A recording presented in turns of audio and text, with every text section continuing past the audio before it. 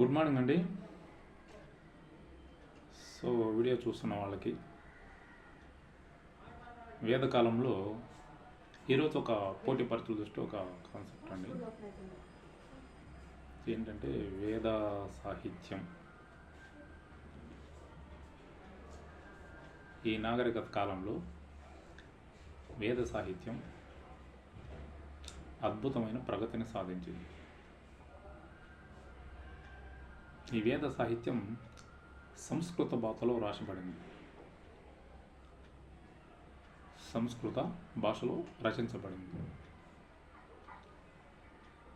So ఆ సంస్కృత భాషలో రచించబడడం వల్లనే ఈ వేద సాహిత్యంలో పేర్కొన్న అంశాలు భారతదేశంలో హిందూ మతానికి, హిందుత్వానికి ఒక ప్రధానమైన ఆధారంగా మనం వీటి గురించి చెప్పుకోవచ్చు. ఆర్యులు చేసిన ఒక గొప్ప ఘనత, హిందూ మత పునాదిని ఇక్కడ బాగా చూపించారు. అలాగే ఈ వేద సాహిత్యం మౌఖిక రూపంలో రచించబడింది. కాకపోతే ఇది గుప్తులు వచ్చేంత వరకు దీని రాతపత్రాలు కానీ దీని ఆనవాళ్ళు కానీ బయటపడలేకపోయాయి. గుప్తుల అధికారంలోకి వచ్చిన తర్వాత దీన్ని బయట తీశారు. అప్పుడు మనకు ఈ వేదాల యొక్క గొప్పతనం ఆరులు ఎలా చూశారు అని చెప్పేసి, అందుకని ఆరులు ఒక గిఫ్ట్ మన లాగా ఇచ్చారనుకోవాలి మనకు. సో మరి ఈ వేద సాహిత్యంలో 8 రకాలైన అంగాలు మనకి ఇందులో కనిపిస్తాయి. ఒకటి స్మృతి, రెండవది శృతి. శృతి దేవతలు రాసి మునులకు ఇచ్చారు లేదా ఋషులకు ఇచ్చారు అని అంటారు. ఇందులో 4 అంగాలు ఉంటాయి. వేదాలు, అరణ్యకాలు, ఉపనిషత్తులు, బ్రహ్మణాలు. ఇవి శృతి సాహిత్యంలో ఉంటాయి. స్మృతి అనేది మరొక పార్టు. 4 వేదాలు ఉంటాయి. ఇందులో ఉపవేదాలు, ఇతిహాసాలు, ఉపనిషత్తులు, వేదంగాలు ఇవి స్మృతి సాహిత్యంలో మనకి పేర్కొనడం కనిపిస్తూ ఉంటుంది అన్నమాట. ఇందులో ఒక ప్రధానమైన కాన్సెప్ట్ అన్నమాట. సో ఇవన్నీ భారతీయ సమాజ జీవన విధానంలో ఒక గొప్ప మలుపును తీసుకొచ్చాయి. ఈనాటి కూడా బాగా కంటిన్యూషన్ ఫాలో అవుతుంటే ప్రపంచ దేశాలు కూడా కొన్ని ఆలోచించారు ఈ వేద సాహిత్యంలో కొన్ని సిద్ధాంతాలు.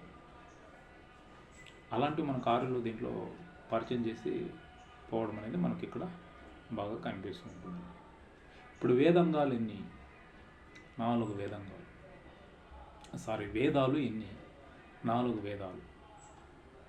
ఇంట్లో శృతి సాహిత్యంలో, శనివారం శృతి సాహిత్యంలో వేదాలు, ఉపనిషత్తులు, అరణ్యకాలు, అలాగే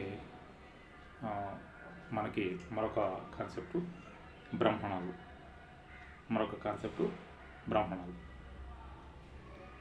సో ఇందులో వేదాలు 4. ఈ 4 వేదాలు ఋగ్వేదం, యజుర్వేదం, సామవేదం, అథర్వణ వేదం. ఈ 4 వేదాల యొక్క ప్రత్యేకత ఏంటి? బాగా గుర్తుపెట్టుకోవాలండి, మనకు పోటీ పరీక్షలు అడుగుతుంటారు. ఈ 4 వేదాల యొక్క ప్రత్యేకత ఏంటి? ఏ వేదంలో దేన్ని సూచించారు? ఈ వేదాల యొక్క ప్రత్యేకత భారతీయ సమాజంలో ఎలాంటి మార్పులు తీసుకొచ్చాయి అన్నదాన్ని ఒకసారి మనం చూద్దాం. మనం దాన్ని చర్చిస్తాం పోటీ పరీక్షల దృష్ట్యా. సో అలాంటిది మనకి ఈ కాన్సెప్ట్ నుండి రేపు క్లాస్లో ఋగ్వేదం, అందులో పేర్కొన్న ప్రధాన అంశాల గురించి ఒకసారి చర్చిస్తాం. ఇప్పుడు జస్ట్ ఇంట్రడక్షన్. వేద సాహిత్యం అంటే ఏంటి?